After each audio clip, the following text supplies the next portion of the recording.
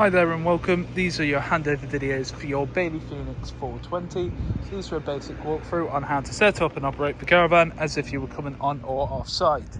Starting off first, we have your black hitch head here with black lever that you have to have pulled up like so, to then be able to wind down the jockey wheel onto the tow ball, causing that handle to snap down, pushing up that red button and exposing your green ring. You then have your breakaway cable. Now legality states if you have an eye point it has to be used, if not wrap it around the tow bar. You have a gas strut handbrake, so to release this you press in and then push down, and when engaging you'll hear it click. You've just got to push it all the way back so you hear that last final click. Jockey wheel is mounted on the side and it will also be on the side whilst travelling and in the upright position. And then you have 13 pin electric for the plug-in, so if you do have 7 pin, make sure to bring yourself an adapter. 2 points either side and 2 points at the back, we have inserts for your legs. Now the caravan itself will come with a leg winder, or alternatively you can get yourself a 19mm drill bit and a power drill just to make it that bit quicker. Do not attempt to jack up or level the caravan using your legs, they're simply used for stabilisation. Mains is on the door side and all you have to do for this is just plug in, nice and simple. On the opposing side, starting off first, we have an Aqua full of clean drinking water just here, and then your water pump. Now this is on a trigger system, so to remove it, press in on the trigger and pull out like so. You'll see on this one it has electrical pins.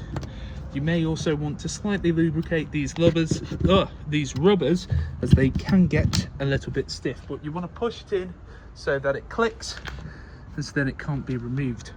This blue cap sits over the top of the Aqua to ensure no nasties get in, and then at the bottom we have your strainer. Now it's crucial that that sits at the absolute bottom of the barrel to allow the maximum potential of water to come through, as you don't want it to pull through any air, as it can cause airlocks in the system.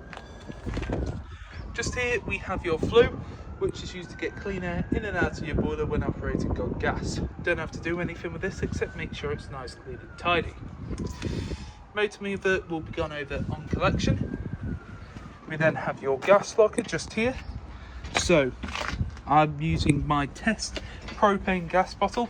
I'd always recommend propane over butane as it has a better performance in winter. Then it connects onto this gas hose. Now black gas hoses will run for 5 years, orange will run for 10. That connects onto this regulator just here. You want to hand tighten that as much as you can and then just give it a gentle nip up using a spanner. You don't want it too tight, so I'll show you on this one that they have rubbers on the actual ring itself. So too much pressure on that rubber can cause it to crack and break, leading gas to leak out.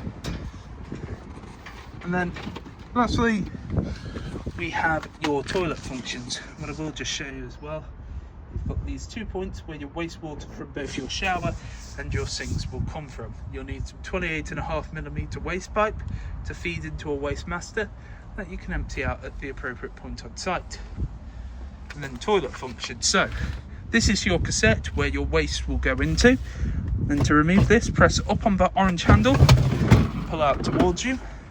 Now this handle does also extend out and up, so it can be used similar to a carry-on suitcase. What you'll want to do when you're at the appropriate point on site is twist this head open. You'll then want to tilt, and at the same time as tilting, continually pressing this vent button. As you can see, I've added some fresh water.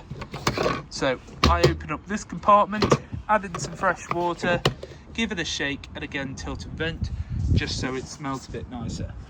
Then on this cap you have measurements for both imperial and metric, and that is for your blue chemical. Blue chemical goes into here, twist the cap back on, push it to the side, and then push it in so the orange handle sits behind those white teeth, as then it's not going to jump around. And then up here we have your flush tank. This has a capacity of around about 12 litres, however I won't recommend putting in any more than 10 as you don't want to overfill the compartment. You can also add some pink chemical, which works as a bleach without being corrosive and isn't going to corrode anything pretty much, and just makes it smell a bit nicer. Now you don't want to travel with either of these two full, so just to the side got this little bung to drain off any remaining water from the flush tank. The caravan itself will be fully drained off before you leave with it. Then underneath your right hand side seat you have your boiler just here. Main thing to note is that you have this yellow drain valve facing in the position as it is now. That is allowing the flow of water to come through. However, switch it up to the vertical position and that will drain off any remaining water in the system. That is also how you will collect the caravan. November to March, have that up permanently unless you're actively using the caravan, and anytime you come off site, give it a drain off as well, as you don't want water sloshing around the system whilst travelling, or water freezing in the pipes and then the pipes cracking and bursting. Then underneath your left hand side seat you have your trips and fuses just here. All your trips in the upright position and all your fuses in the correct position there as well. I'd always recommend carrying some extra fuses. And you also have the brain box for the motor mover, which you can pull back the panel if you ever need to do a reset, as well as the ignition point for the mover, all of which will be gone over on collection. Just here we have the main control panel. So you have your main on and off switch just here.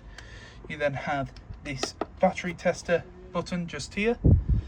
We have main lights, warning light, which you can go out and check. And then we have the pump button just here. So what you have to do is press in on that pump button. It will show a green light to show that the tank is being filled and pressurized. Then what you'll want to do is come over to your taps, open up on both hot and cold for about 30 seconds, and you're getting a nice steady continuous stream. So super simple panel, battery test, main on and off, interior lights, awning light, water pump. So as you can see here, you've got a nice steady continuous stream. This is what you're after. You want about 30 seconds of flow just to check that everything's being pulled through and working as it should do. If there are any issues like continual coughs and splutters, check your drain valve, check the pump, check that it's plugged in correctly and that you've got plenty of water. But you're after about 30 seconds. If you wanted to use the other taps, pull through on them as well. So once you finish with that, you can see that water is being replaced, signified by that little green light. It is then off to show that the tank itself is full and pressurized.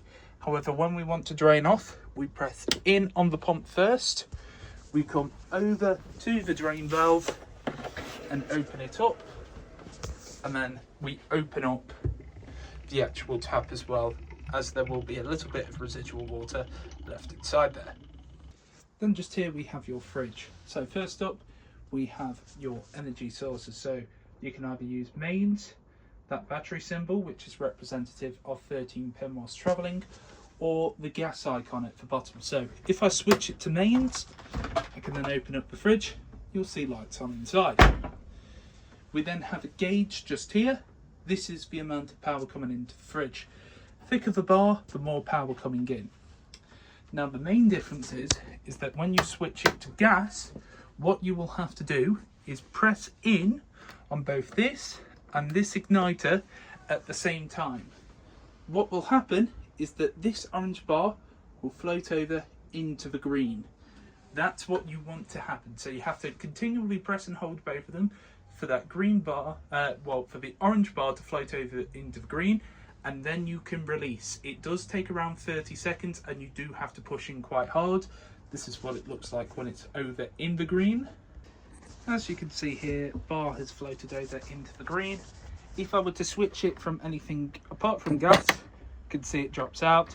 And even if I switch it back to gas, it will gradually begin to tip itself out. So you just have to redo that.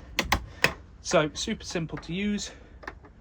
Top one for completely off, mains, battery symbol for 13 pin, and then bottom one being gas. Just here we have your hob, grill and oven, all of which operates on gas minus the electric plate.